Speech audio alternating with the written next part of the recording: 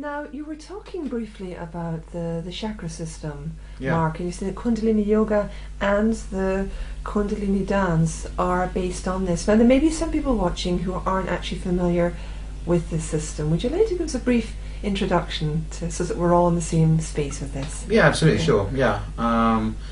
So in yogic philosophy, there are 7 chakras primarily, which make up our nature. The best way to describe it would be actually all things are split into vibrations or frequencies of the number 7. You've got 7 main colours of the rainbow. Mm-hmm. You know, when it rains and then the sun shines, we have a rainbow. That's 7 basic colours. Mm-hmm. The same with sound. That's exactly the same, except that we perceive it differently through do, re, mi, fa, sol, la, ti, do. So it's a 7. Of course, it's only called the octave because when you reach the 8th note, you're back to the beginning of the next cycle. Exactly, yeah. Yeah.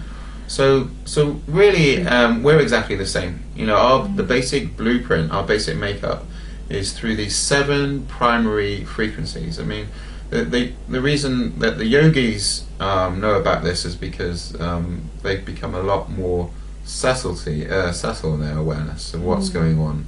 Yeah. And so there are 7 chakras, and I'll briefly explain about what they are. Yeah. So we've got the base chakra, and that they correspond to different parts of the body, which relate basically to the spinal cord, from the base at the bottom to the crown at the top of the head. Or you might say 1 to 7, like this. So the base, in Indian Sanskrit we call it Muladhara. That's to do with our connection with earth. That's our connection with our physical body, our connection with the material world. That's our connection with everything that's really familiar. Maybe our relationship with money, how much abundance we're allowing into our lives, how much, and lots of issues come up with all of these different aspects. So in the base it would be to do with trust. It would be to do with safety. How safe do I feel in the world? How secure do I feel in the world? How much do I feel like I really belong here in the world? So like the tribe and connections, that whole idea. Yeah, exactly. Yeah. So this is a place where everybody can relate to this chakra, because everybody's really in this chakra, whether they would see it in that way or not. Yeah. And because it's kind of the lowest vibration, the densest, people can tend to get quite stuck here. So this is the most important place to really find our foundation and our grounding, and from that then we can get more and more subtle up to the higher chakras. So briefly, then we move into the sacral area of the body, and that's really to do with our sexuality and our creativity. In Indian Sanskrit we call it Svadhisthana. And again, following the colours of the rainbow, we've gone from red, then we were into kind of orange, and so it's really sexuality. You know, how comfortable am I as a man? How comfortable are you as a woman? How much creativity am I allowing to flow through me? Sensuality as well. How I'm aware of the air on my skin and this sort of thing. So it's and we might think of this would be more the element of water. So we get a little bit more less dense. So it's a real sort of artist colour. I mean, I'm personally an artist, and I love orange. I mean, I love its vibration.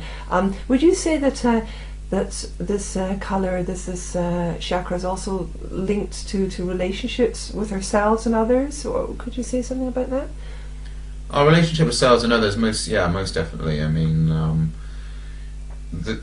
a lot of the chakras would come up in relationships. How we relate. We might, if we don't feel safe or secure in our own skin, then we're going to find it hard to feel safe with others, or even to trust others if we don't really trust our own self. Yeah. So we can relate to the base. We can relate to the sexuality. If I'm a little bit not so sure about where I'm balanced between my masculine and my female energies, and someone else the same, you need to get to a place where it's the polarities are clear in a relationship. So that becomes something which gets balanced out in the sacral area. But again, as we move on to the next chakra, into Manipura in Indian Sanskrit, place of fire, place of personal will, place of power. Now that comes out a lot in relationships, so we're going to follow this theme of relationships, which is important, because everything is relationship. Like I can be in a relationship with a woman, I can be in a relationship with the trees, I can be in a relationship with my computer. We're constantly in relationship with everything else. So, but power is a big thing. Power games, and everybody's striving for power. But really, we don't need to be looking for power outside of ourselves. We have an unlimited power within us, and that's one of the things which we can explore in Kundalini dance. And so would you say when someone has a sort of tightness and, you know, pulling in the solar plexus area, that's really an issue with their personal power? Oh, almost definitely. You know, when there's tightness there, when there's a contraction in the physical body, that's going to indicate that there's some stuck energy, some stagnant energy there, which means that undoubtedly there's a reason behind that, which is going to go far back into what we call into our cellular memory, you know, and it's usually related to an incident or a sequence of incidents that have happened in our past that we're not really consciously aware of. We're not really thinking about them so much, so they're held in our unconscious mind, and that's why it's called unconscious, because we're not really aware of it. So that's when we can bring these things to our awareness, then we can be free of them. But it's really the mind, the unconscious mind, which is holding these things in place in our body and in our stuck emotions. You say there about the awareness. That's really key, isn't it, in all of this work? The minute we become aware, then we can do something, and we can shift, and we can transmute, and heal. Absolutely. Awareness is everything. That's how we change, and ultimately, that's who we really are. Is this awareness really? Wonderful. And so the next one up, we'll come to the heart, don't we? Absolutely. Well done. So the next one on this journey is the heart chakra. That's really our true center. It's not our physical center, which is more closer to the navel, but our true sort of psychic or spiritual center. That's the heart, and we call that anahata in Sanskrit. And so this is really a place of love, really, especially unconditional love. And when we can get in touch with this and into the element of air and connecting, to be able to breathe deeply, we can find a lot of space and a lot of clarity, and just to be able to relax and be ourselves, and to see that in others, and to see that in everything. And really, it's all around us, this love. And the more we can get into our bodies, the more we can get out of our heads, the more we can this becomes obvious, and things become a lot easier. So, I mean, of the 7 chakras, the heart is the central one. So is this, would you say symbolically, this is the central chakra of the 7, the heart? Yeah, it's absolutely the center. You've got, this 7, we're talking about 7-fold nature, 3 kind of lower chakras, so to speak, 3 higher centers, and then the heart right in the middle there. Always coming back to the heart. So that's is that the gateway really to the higher consciousness? Yeah, I mean, any point is the gateway into that, but the heart is the most obvious, gateway, the most obvious portal into that. And we're always bringing everything back to that. No matter what chakra we're focusing on, what aspect of ourselves we're kind of exploring, we always will bring that back to the heart. Because that's the place where we find self-acceptance. And that's really key, is just accepting ourselves exactly how we are, not passing any judgments, just letting go of all that stuff in the past, and just allowing ourselves to be heart-centered. Any true practice is always going to be heart-centered.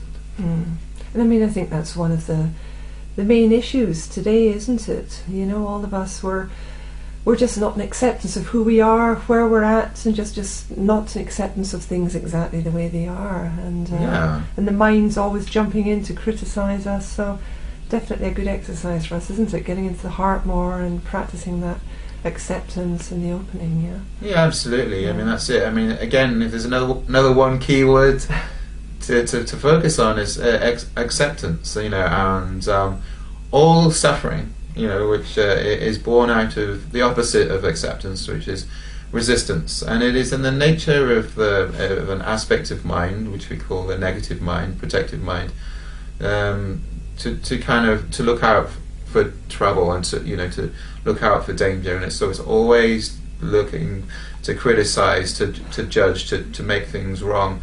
All of those things, when not balanced with a positive mind, cause us this friction, which causes us suffering, which after a while we really embody and become quite stuck with it, unable to really breathe and unable to see things clearly how they really are, which is everything's really okay.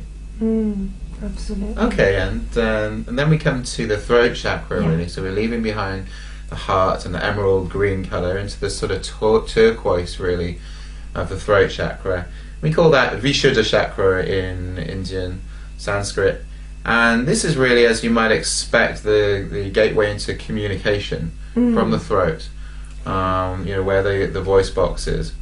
And communication is not just about the ability to express yourself clearly. It's a two-way thing, externally and internally. And so you want to be able to really listen as well. So when someone else is talking, it's being able to really just be present with that other person, and not to be so engaged with the mind. But communication is also internally. There's the internal dialogue, and there's lots of voices going on, and this causes some sort of confusion.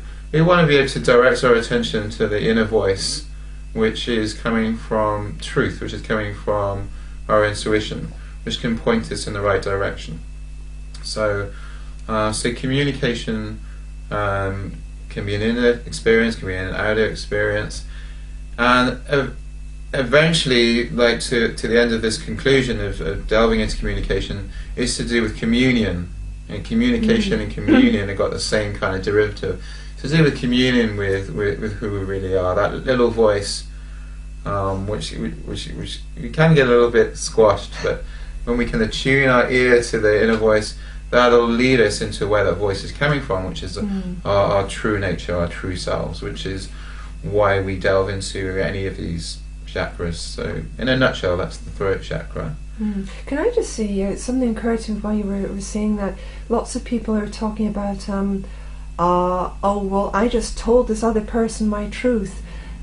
There is a difference, isn't there, between just blurting out and saying what's on your mind to someone and really expressing your truth, would you say? Absolutely.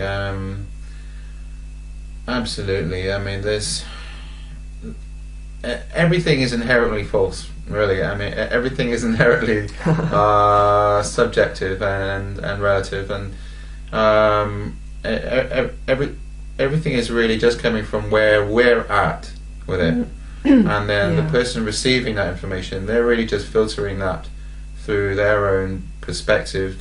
Their perception is filtered through their experience. So, when I'm talking, I think I'm saying one thing.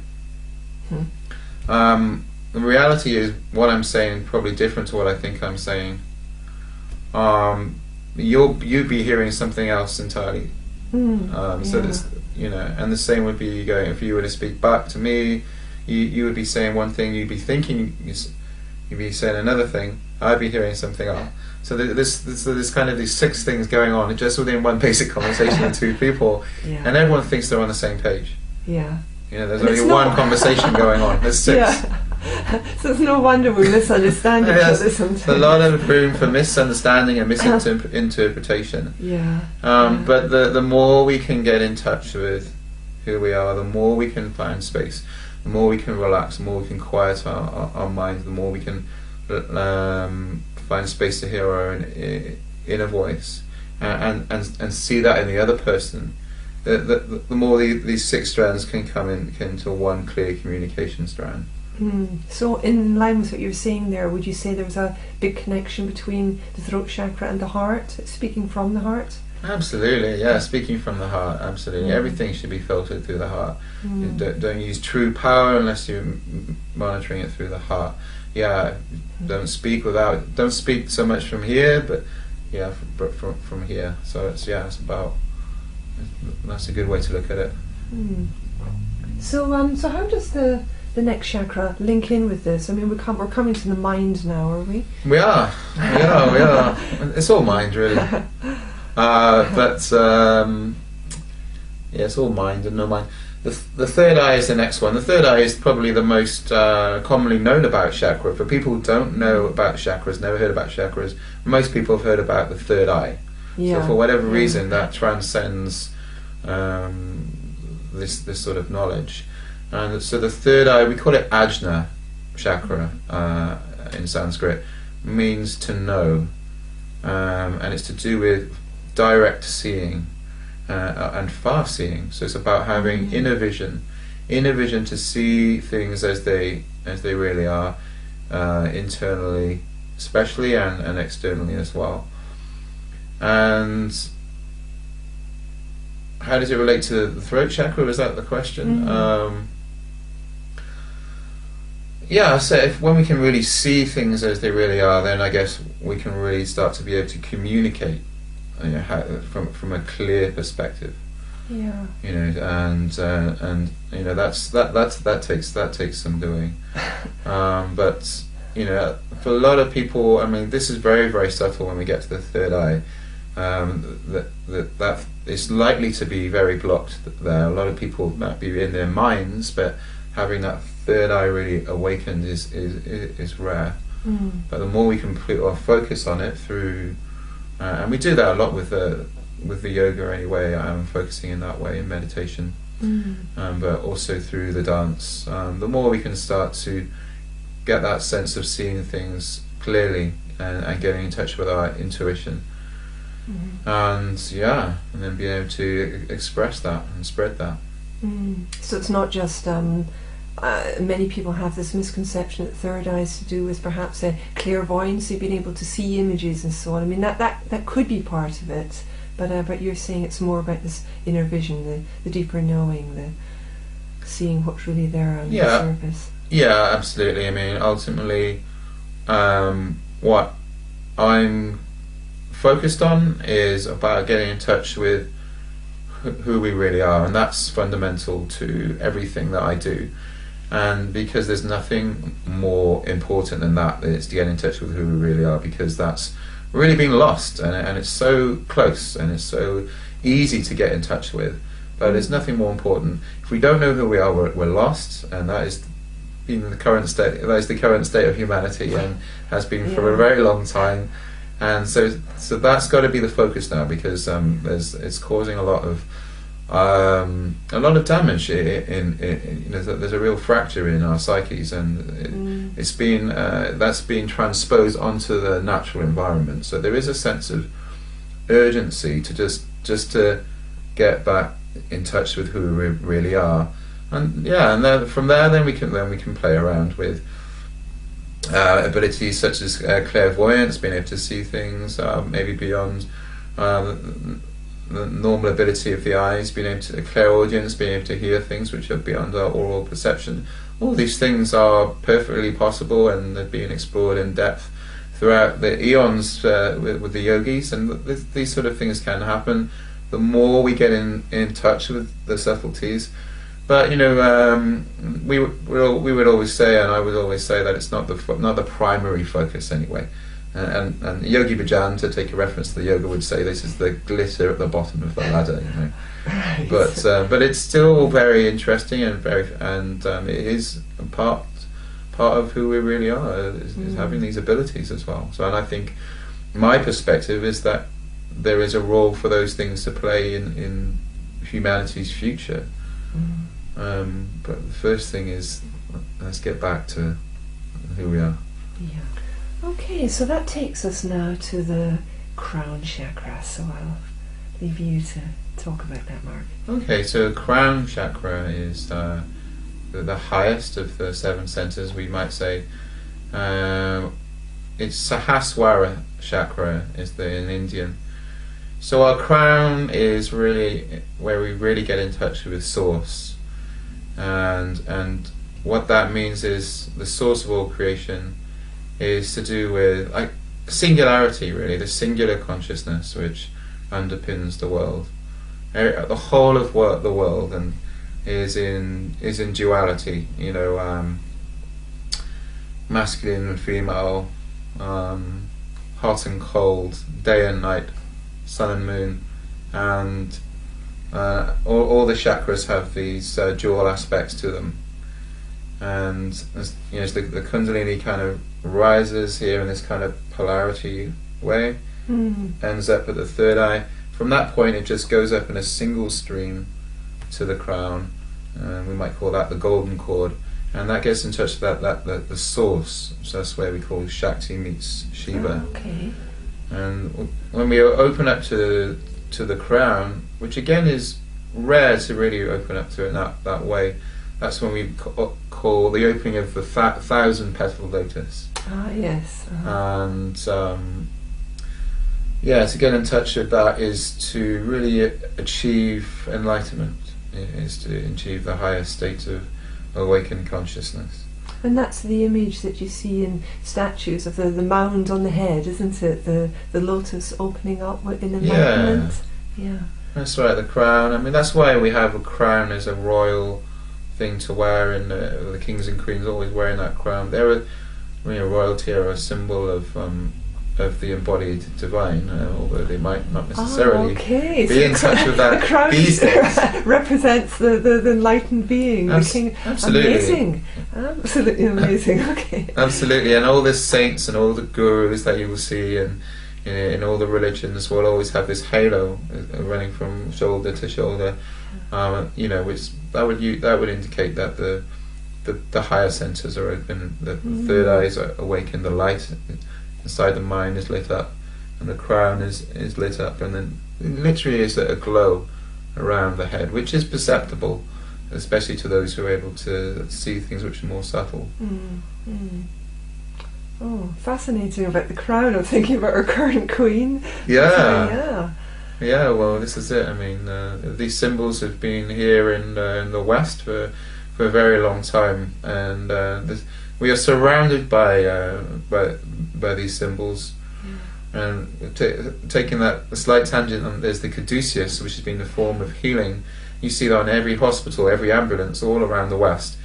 And that's nothing more than a symbol of the Kundalini, with the Kundalini rising, the twin serpent up the Sushumna cord, meeting this point here, which is usually seen as a circle, and then the wings are there to represent the flowering of consciousness. Once the Kundalini is risen, then the flowering consciousness happens and the expansion comes, and that's it's a very, very old symbol, goes way back into Sumerian times at least, and still on every St. John's ambulance today. So we'll walk past it every day without giving it a second thought. Absolutely. Yeah. Okay, so the crown chakra really, when that awakens, we understand the source of all creation. So the source is really what underpins the world. So anything can be an invitation into this source consciousness, because it underpins not only who we are, but everybody else, and every tree and every building and every animate and inanimate object in the world. So really, the more we can get in touch with the crown, the more we can understand that how all things are interconnected, and there's this general oneness, and this whole idea of separation, that I'm separated to you and separated from this mug, is just an illusion created with the mind, because the mind compartmentalizes everything and sees things as this and that. But the reality is everything is just one whole in a manifested world, which is a mirror image of this pure source consciousness which underpins everything else. And the more we awaken the crown, the more we can understand this very clearly, and we can begin to see the God in everything. And to really see this, and to really feel this, and to really know this, the whole body just really relaxes. Space opens up, and we get lit up from within. And then it becomes a very blissful experience, just being in the world, just being able to see all things as a reflection of our true nature, and which is this. Another word for it is this pure love, this absolute freedom, this absolute joy. And so it's just very good news. Sounds wonderful. So it's really bringing home to me as well how important it is for each of us to really get grounded in the base before we work up to these more blissful, enlightened states. Absolutely, that's absolutely fundamental. If we were just to work primarily on awakening the crown with any of the groundwork, without any of the grounding, then we would just likely float off into the spiritual la la land, which is common in some spiritual circles. But that is to lose touch with the world, and we're here to be in the world. And one is not more sacred than the other. The reality is one. The earth is just a reflection of the source, and we talked about the center being the gateway into true being. Really, just that when we get to the heart center, then we can just see one as a mirror image of the other. Like heaven and earth are all part of this oneness. Really, there's all a manifested word, all a source, and it's all just one. So really, the heart center is maybe the most spiritual center, because it's about being balanced.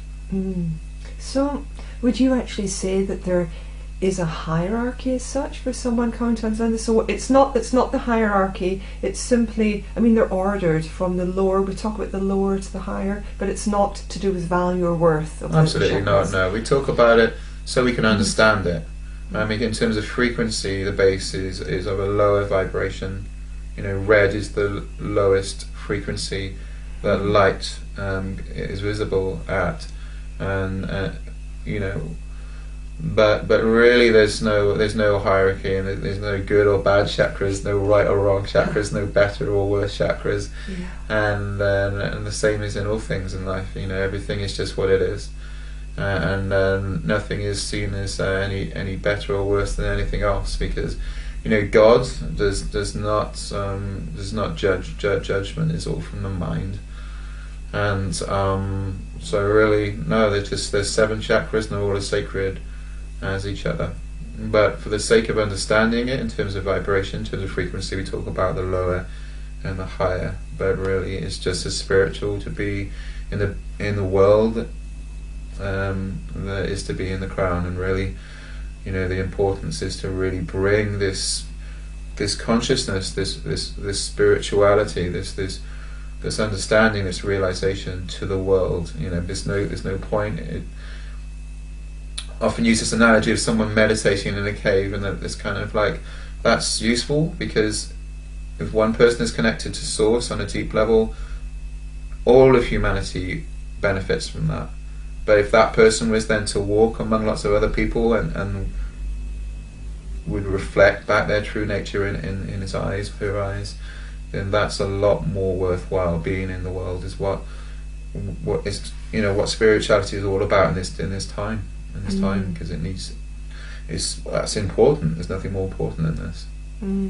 I totally relate with what you're saying there about one person doing something, coming to a new understanding, and then mixing with people, engaging with them. It's almost like the spark touches them. It gives them permission to do the same. An example, a very mundane example of passing my driver's license, and strangely enough, many people within my circle of friends passed the test just shortly after that, and it was strange. That awareness came to me.